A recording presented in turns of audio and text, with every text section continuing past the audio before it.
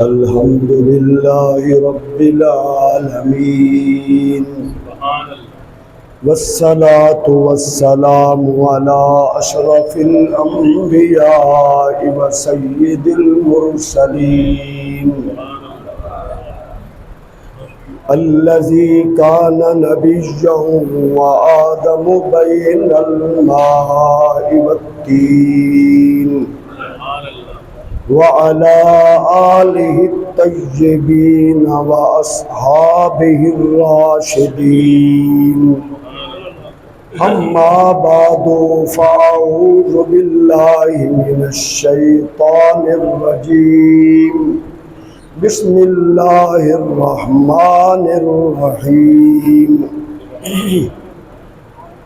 ولا تقولوا لمن يقتل في سبيل الله أموات بل أحياء ولكن لا تشعرون قال الله تبارك وتعالى في مقام آخر ولا تحسبن الذين قتلوا في سبيل الله أمواتا بل أحياء عند ربهم يرزقون فرحين بما آتاهم الله من فضله رب اشرح لي صدري ويسر لي أمري واحلل عقدة من لساني يفقهوا قولي قال الله تبارك وتعالى في شأن حبيبه مخبرا وآمرا إن الله وملائكته يصلون على النبي يا أيها الذين آمنوا صلوا عليه وسلموا تسليما اللهم صل على سيدنا ومولانا محمد وعلى آل سيدنا وأصحاب سيدنا ومولانا محمد وبارك وسلم وصلوا عليه صلاة وسلاما عليك يا سيدي يا رسول الله وعلى آلك وأصحابك يا سيدي يا حبيب اللہ۔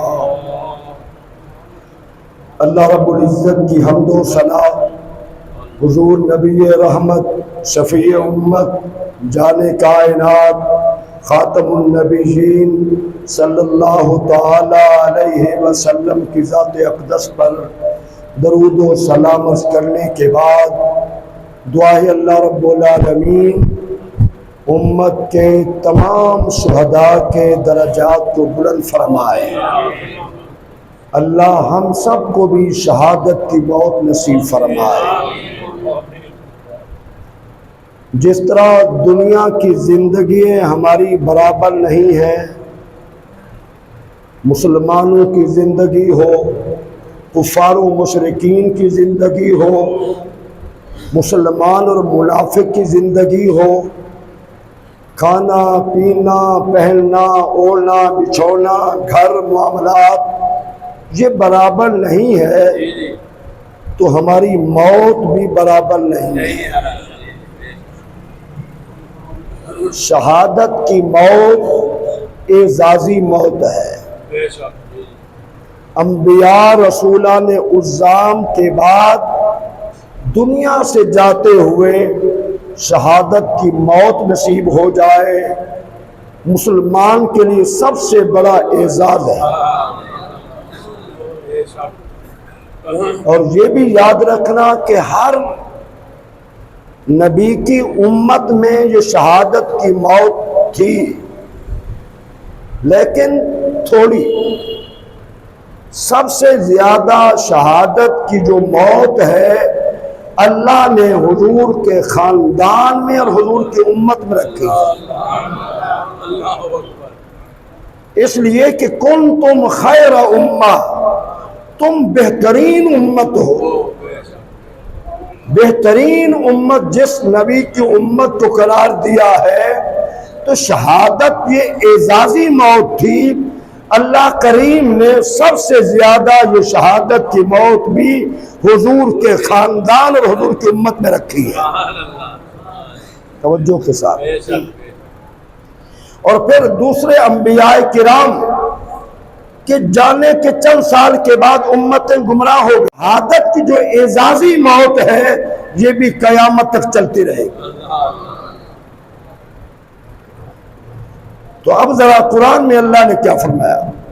وَلَا تَقُولُوا لِمَنْ يُقْتَلُ فِي سَبِيلِ اللَّهِ أَمْوَاتٌ، انہیں مردہ مت کہو جو اللہ کے راستے میں قتل کیے جائے، بل احیاء، بلکہ زندہ ہے، وَلَٰكِن لَا تَشْعُرُونَ، اور تمہیں شعور نہیں ہے. ہمیں کیسے شعور ہو؟ ایک بندے کی گردن کٹ گئی، بازو کٹ گئے، جسم کے ٹکڑے ہو گئے، ہمیں کیسے شعور آئے کہ یہ زندہ ہے؟ ہم نے زبان سے کہہ دینا یہ تو مردہ ہے. اللہ کہتا ہے نہیں، تمہیں شعور ہی نہیں ہے. اور دوسری آیت کتنا خوبصورت مضمون ہے، وَلَا تَحْسَبَنَّ الَّذِينَ قُتِلُوا فِي سَبِيلِ اللَّهِ أَمْوَاتًا، انہیں مردہ مت گمان کرو. زبان پر پابندی، دل و دماغ پر پابندی. گمان دماغ میں آتا ہے یا دل میں آتا ہے تو اللہ نے زبان پر پابندی لگا دی، دماغ پر پابندی لگا دی، اللہ نے دل پر پابندی لگا دی.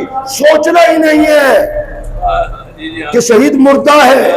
بل احیاء عند ربہم یرزقون، بلکہ وہ تو زندہ ہے. تم دنیا پہ رزق کھاتے ہو اور وہ اللہ کے ہاں رزق کھاتے ہیں. نعرہ تکبیر، نعرہ رسالت، نعرہ حیدری، نعرہ غوثیہ، تاجدار ختم نبوت، کربلا کا شاہ حسین.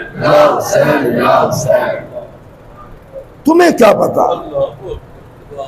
تو ہم نے یہی سمجھا بندہ فوت ہو گیا، بات ختم ہو گئی، قصہ تمام ہو گیا. لیکن اللہ کہتا ہے شہید یہ مردہ نہیں ہے، بلکہ انہیں رزق میں خود کھلاتا ہوں. اب دو چیزیں ہیں.